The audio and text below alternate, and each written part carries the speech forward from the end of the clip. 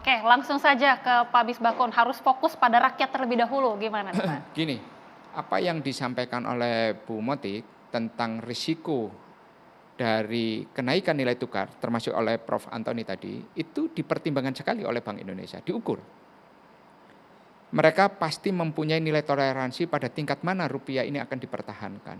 Dengan berapa pengorbanan di penggunaan cadangan devisa untuk sana.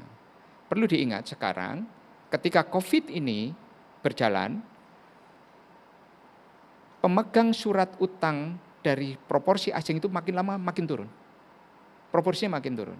Sekarang sudah di bawah 20%. Dulu pada saat situasi ekonomi normal itu hampir 40%. Berkurang banyak. Artinya apa? Risiko itu bisa diukur. Tadi ada efek-efek kenaikan nilai tukar melebihi $15.000 itu di dunia usaha dan kekhawatiran yang lain. Tetapi harus diingat juga bahwa rupiah yang melemah itu juga memberikan dampak yang kuat terhadap murahnya harga bahan kita. Ekspor kita akan bisa mengalami kenaikan dan yang utama adalah cadangan devisa sisa hasil ekspor itu harus digeser ke Indonesia. Devisa hasil ekspor itu. Karena apa? Kita mengalami proses windfall, kenaikan harga mineral, sumber daya alam yang tinggi karena itu memberikan juga dampak terhadap penerimaan pajak kita, penerimaan PNBP kita.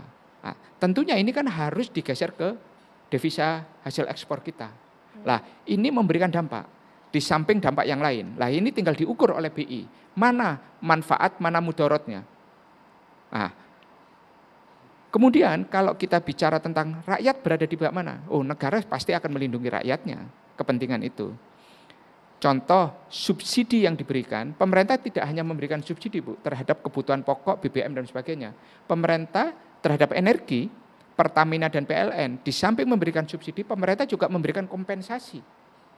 2 skema diberikan oleh pemerintah, dan itu diabsorb oleh siapa? Oleh negara, melalui apa? Pembebanan subsidi dan kompensasi itu.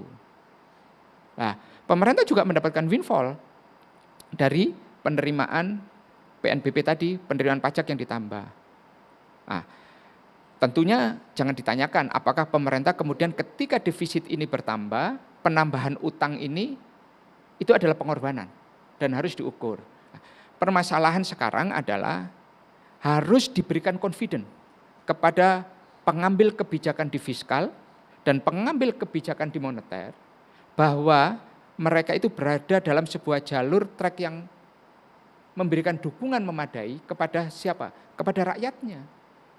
Itu. Pilihannya adalah pilihan yang sulit. Pilihan yang sulit, tadi Profesor sudah mengatakan ini adalah trade off, pilihan. Nah, saya yakin rupiah melemah pada tingkat tertentu juga memberikan dampak positif, walaupun juga memberikan dampak negatif. Tinggal dihitung. Nah, pemerintah memberikan subsidi pada tingkat tertentu untuk menjaga daya beli masyarakat dan untuk memberikan apa? Memberikan minimum risiko kepada jatuhnya masyarakat kecil untuk turun kelasnya menjadi masyarakat miskin. Lah, ini harus diberikan penghargaan dan diberikan confident kalau menurut saya. Sehingga apa? Mereka mempunyai kepercayaan diri bahwa oh ya, pemerintah sudah berada dalam jalur yang benar. Pengambil kebijakan moneternya benar. Lah, inilah kalau menurut saya sebagai wakil rakyat, saya ingin memberikan penguatan itu. Selebihnya nanti tinggal apresiasi dari dunia usaha, masukan dari maupun kritik dari para akademisi. Oke, kita saling berwacana bahwa ini adalah proses demokrasi yang harus kita bangun sebagai sebuah negara yang milik kita bersama. Baik. Terakhir Pak Febrio, tadi menarik juga yang disampaikan oleh Bu Yani bahwa memang perlu prioritas di dalam pembangunan. Kemudian bagaimana tanggapannya Pak? Saat ini jelas prioritas pemerintah adalah menjaga daya beli masyarakat, mempertahankan momentum pertumbuhan ekonomi kita. Dan ini sudah kita jaga selama 2 kuartal pertama ini. Nah, semester kedua ini kita melihat bagaimana risiko itu harus kita antisipasi. Nah, dengan demikian, kalau kita tadi sudah prioritas menjaga daya beli masyarakat selama 2 kuartal pertama, melihat risikonya juga semakin meningkat, prioritas kita tetap menjaga daya beli masyarakat, memastikan bahwa konsumsi masyarakat itu juga bisa tetap tumbuh.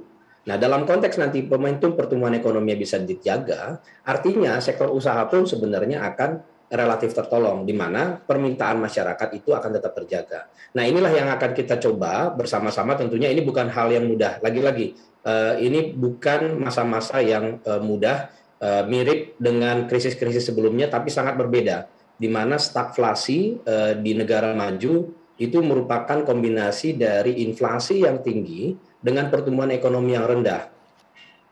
Resep ekonominya rumit. Negara maju ketika menghadapi stagflasi biasanya memang menghadapi ini sulit dan akan berkepanjangan. Nah, disinilah kita membutuhkan amunisi yang cukup. Syukurnya memang kita dalam 2 tahun terakhir, khususnya dari 2021 sampai sekarang, penerimaan kita cukup kuat. Dan bahkan kita bisa terus membelanjakan belanja kita secara prioritas. Tadi sudah jelas ya, untuk kesehatan, untuk perlindungan sosial, bahkan juga untuk pendidikan.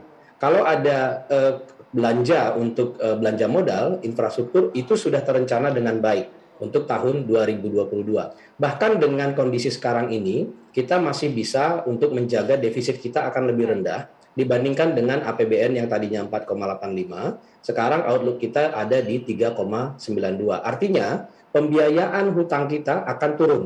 Artinya kebutuhan pemerintah untuk masuk ke pasar untuk menjual surat utang itu akan berkurang.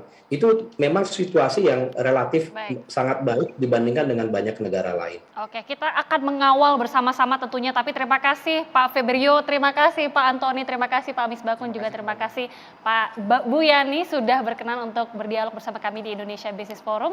Dan itu menjadi penutup kita di Indonesia Business Forum. Pemirsa, mewakili keren bertugas, saya Agita Mahlika mengucapkan terima kasih. Selamat malam, sampai jumpa.